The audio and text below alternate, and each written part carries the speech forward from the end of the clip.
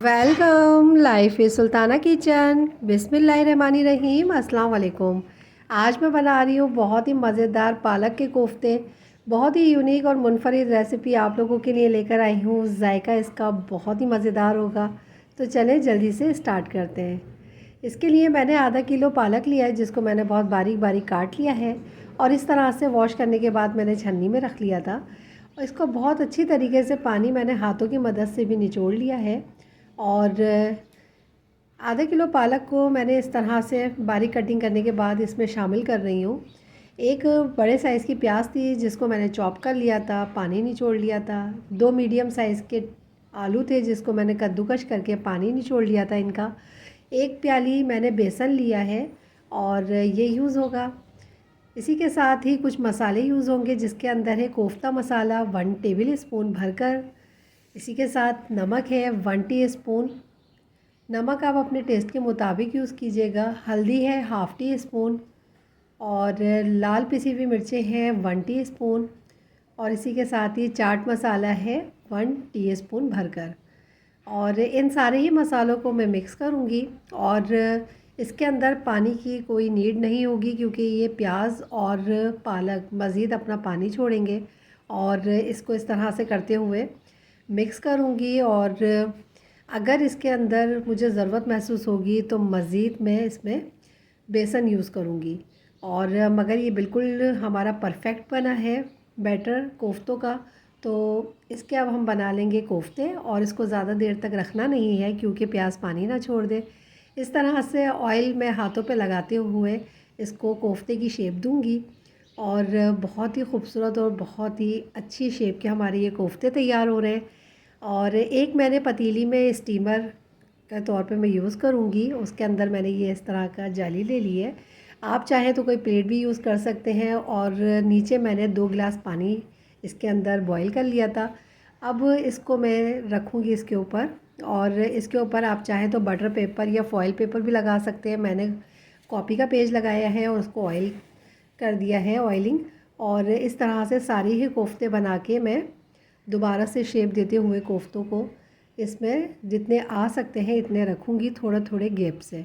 और 20 मिनट के लिए इसको मैं कवर करूँगी। और 20 मिनट के अंदर स्टीम में ये बहुत ही अच्छे कुक होंगे।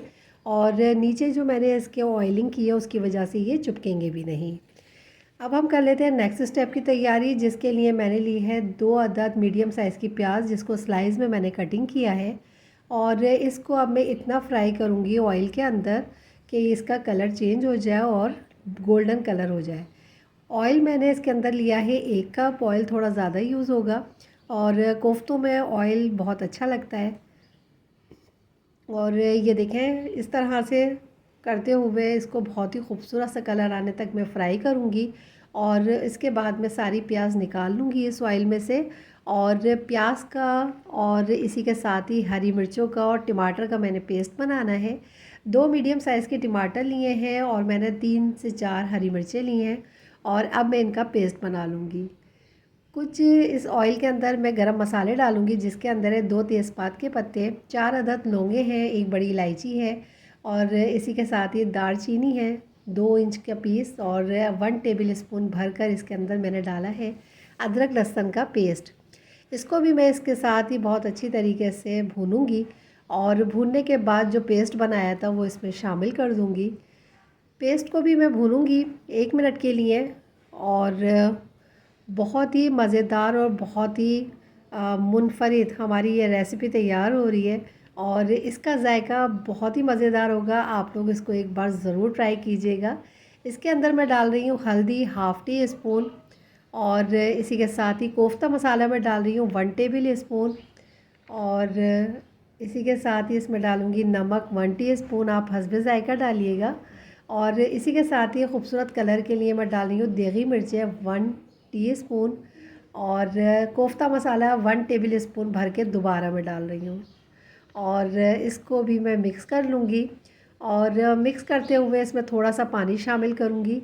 और कवर करके मैं इसको रखूँगी तकरीबन 4 से 5 मिनट के लिए लो मीडियम फ्लेम पर, ताकि इसका ऑयल ऊपर आ जाए और मसाले भी अच्छी तरीके से भुन जाएं।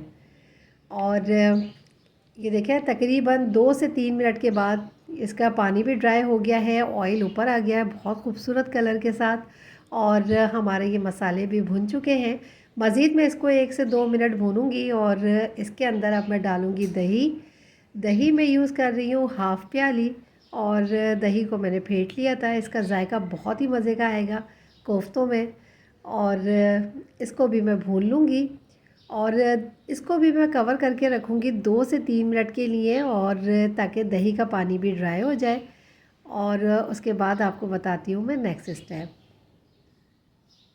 ये देखें तकरीबन 3 मिनट हो चुके हैं और पानी ड्राई हो चुका है दही का। बहुत ही अच्छा हमारा मसाला तैयार हुआ है। इसके अंदर अब मैं डाल रही हूँ 1/4 टीस्पून गरम मसाला पिसा हुआ। और इसी के साथ ही इसके अंदर अब मैं मिक्स करने के बाद पानी डालूँगी। पानी मैंने जितनी इसकी ग्रेवी रखनी है उससे आधा कप ज़्यादा रखूँगी। तकरीबन मैंने 2 गिलास पानी डाला है इसके अंदर। और अब इसको मैं कवर करके बॉयल आने तक के लिए रखूँगी। और देख लेते हैं हम कोफ्तों को। और कोफ्तों को भी इस तरह से स्टीम में रखे हुए तकरीबन 20 मिनट हो चुके हैं। और ऑयल लगाने से ये हुआ है कि कोफ्ते बहुत आसानी के साथ देखें अलग हो रहे हैं। और बहुत ही मज़ेदार और बहुत ही खुशबूदार ये कोफ्ते बनके तैयार हुए हैं। इसका सालन आप जब आप खाएंगे तो आपको यकीन नहीं आएगा कि ये गोश्त के बग़ैर बने। इतना मज़ेदार और इतना लजीज सालन होगा। तो ये देखें इसको मैं इस तरह से डाल दूँगी। और तकरीबन 10 से 12 मिनट के लिए मीडियम फ्लेम पे इसको कुक करूँगी। जब इसके अंदर बहुत अच्छी तरीके से 4-5 बॉयल आ जाएंगे तो इसके अंदर डालूँगी हरी मिर्चें और हरा धनिया। और इसी के साथ ही इसको इस तरह से देखें एहतियात से मैं चला दूँगी। ये टूटेंगे नहीं, बहुत अच्छी तरीके से ये कुक हो चुके हैं स्टीम में। और इस कदर खूबसूरत कलर और ख़ूबसूरत जायके के साथ ये बनके तैयार हुए हैं कि पूरा घर खुशबू से महक रहा है। तो आप भी इसको ज़रूर ट्राई कीजिएगा।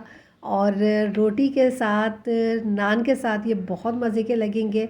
और ये दस्तरख़ान को लगा देंगे आपके 4 चाँद। तो आप इसको ज़रूर ट्राई कीजिएगा। अपना फ़ीडबैक मुझे ज़रूर दीजिएगा। दुआओं में आमिर को, मुझे और मेरे मुल्क पाकिस्तान को याद रखिएगा। अपना बहुत सा ख्याल रखिएगा।